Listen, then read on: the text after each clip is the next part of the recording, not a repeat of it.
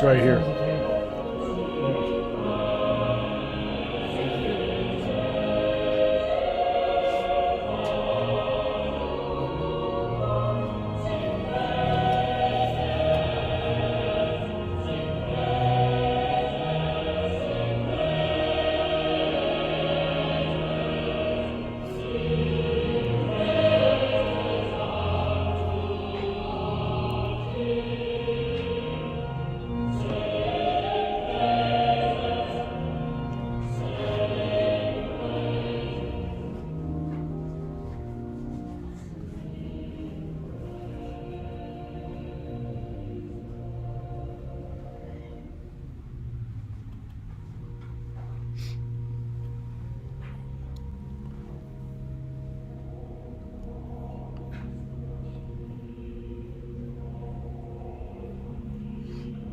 Good morning and welcome to our daily devotional from Pilgrim Congregational Church. I'm Patrick Horn.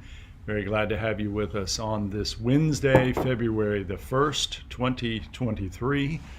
And we are studying and reflecting on Isaiah 58 this week.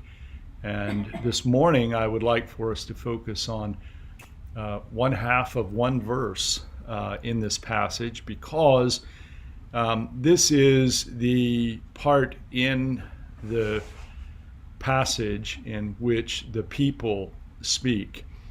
So the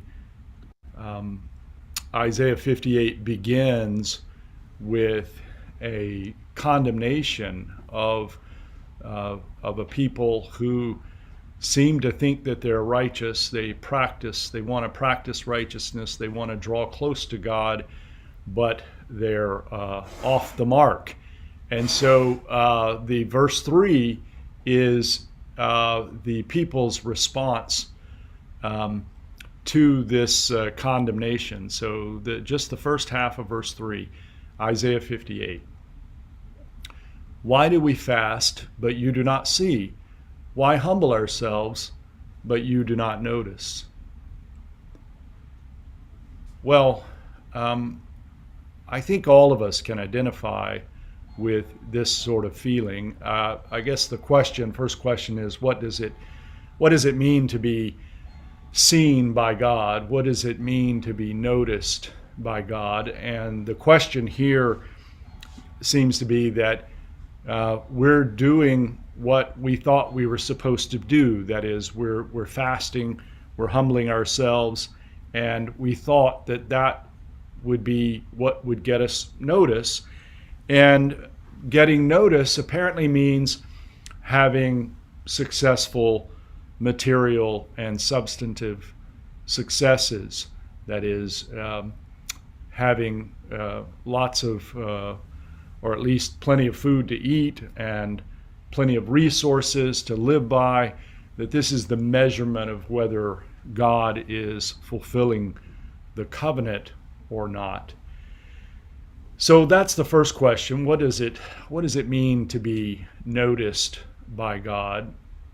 And then I think the other question concerns our rituals in relation to that, and why we participate in rituals like this one, like a daily devotion, attending church services, worship services, Bible study, praying each day, serving other people, finding ways to be of service to our community. Do we do these things to get noticed by God? Seems to be kind of a blunt way of putting it.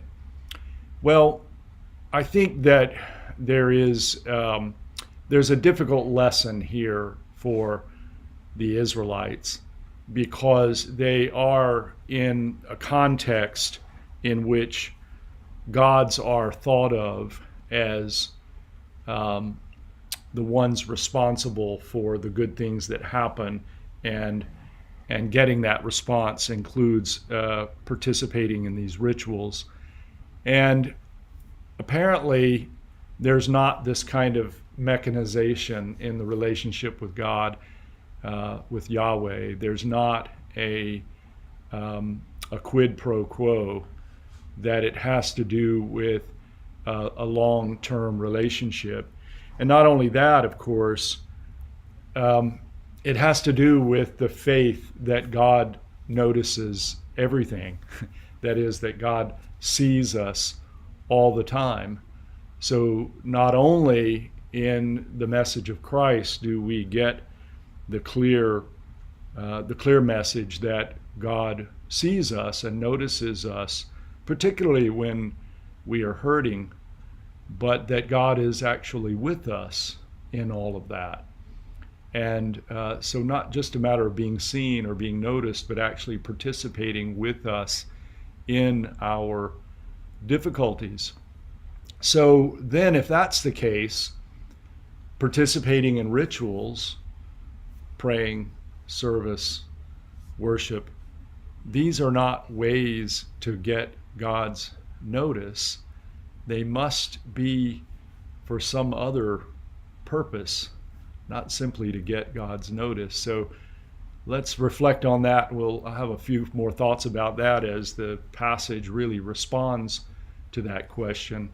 That is why we participate in these rituals like fasting, if it's not to get the notice of God. Let's close with this word of prayer from W.E. Orchard. O God, source of the light that never fades, and of the life that never ends, apart from whom all is darkness and death, we lift our dimmed faces to Thee and long for Thy life to flow through our wearied hearts. To some of us, this mortal life has brought no happiness or lasting joy, though we sought it long and earnestly. The things on which we set our hearts have faded to shadows in our grasp. The things we dreamed to do we've left all undone, and we are very desolate. Before the gaze of others we've dissembled our weariness and our unrest, but we cannot hear. It relieves our spirits, O our God, to confess what we are. Most of us are disappointed and in despair. We have tried the broad, well-trodden way. We have followed the primrose path and played the pleasant game. Tears and burdens we have put far from us, and yet the flowers have faded at our feet, and we have found ourselves at last in the wilderness alone. The wine of life turned to gall, its bread to ashes, our hearts weighed down with weariness and sick with fears. We feel there is something in life we have missed. We feel it as we look towards the western sky, feel it beneath the quiet stars, feel it most of all when we see what Jesus made of life like ours. Can we retrace our steps and seek the crossways once again where long ago we missed our path? Dimly we remember there a narrow way led upward to a place called Golgotha, where beyond we saw the sky break clear upon a city's towers. O Shepherd of the lost, lead us there again. And if the returning way be too hard and long and sad for us to bear, of Thy great love, lift us up and carry us like the lambs upon Thy shoulders. Amen. Thank you for joining me this morning from Pilgrim Congregational Church. I'm Patrick Horn, and I hope you have a very good day. Goodbye.